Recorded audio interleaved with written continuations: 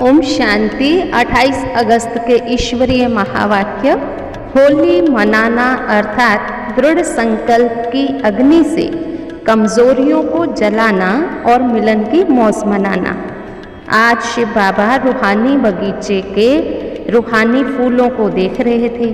एक तरफ प्रकृति की सुंदरता और दूसरी तरफ रूहे गुलाब, रूहानी गुलाब का बगीचा। कितनी शोभायमान थी ये सभा।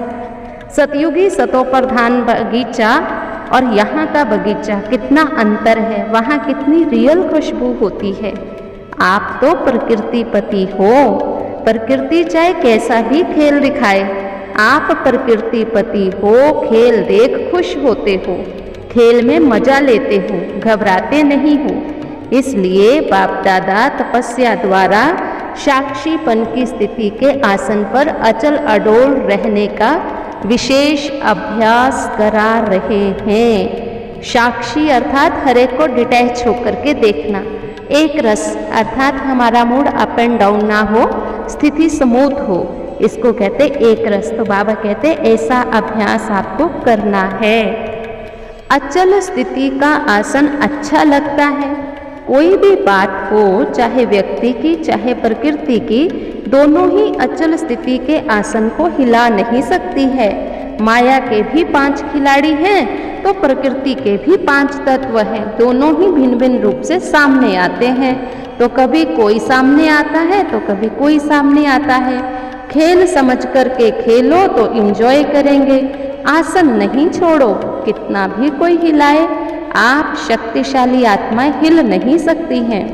बाकी बगीचे में बच्चों के रंग रूप तो है ही, क्योंकि बाबा के संग का रंग तो लग ही गया। लेकिन खुशबू नंबरवार है, क्योंकि खुशबू का आधार है पवित्रता। पवित्रता की परिभाषा सिर्फ तन से ब्रह्मचारी नहीं, मन भी ब्रह्मचारी हो, अर्थात मन बाबा के सिवाय किसी और के लगाव में ना हो। तन से भी ब्रह्मचारी, संबंध से भी ब्रह्मचारी।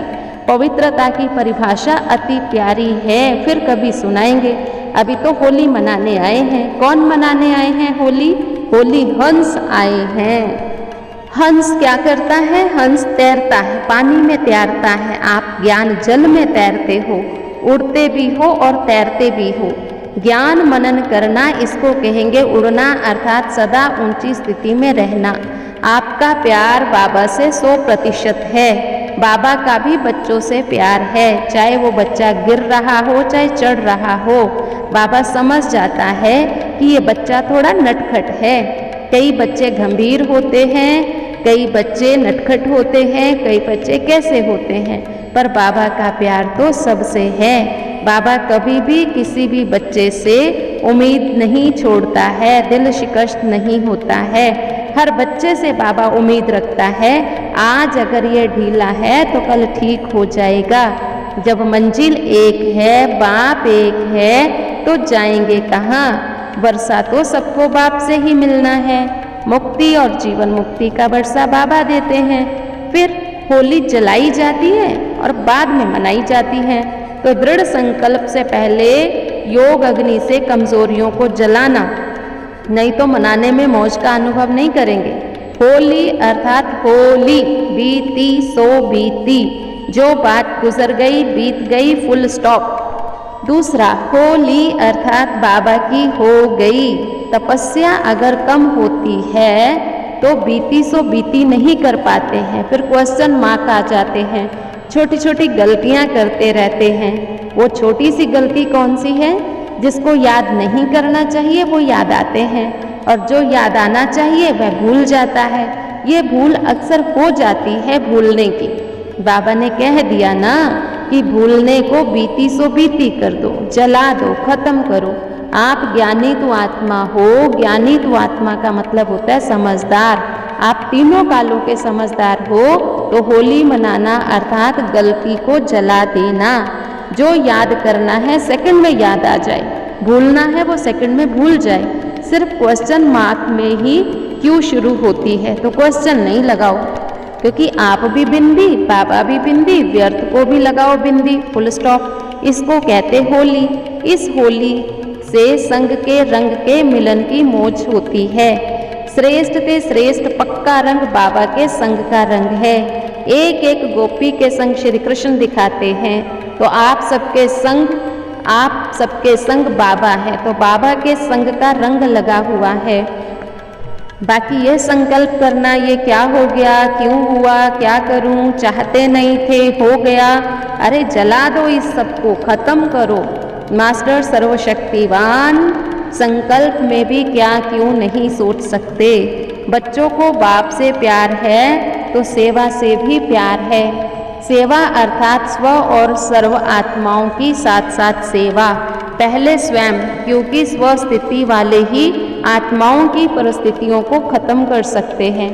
स्वयं और सेवा दो चीजें, इनका बैलेंस ही स्थिति है।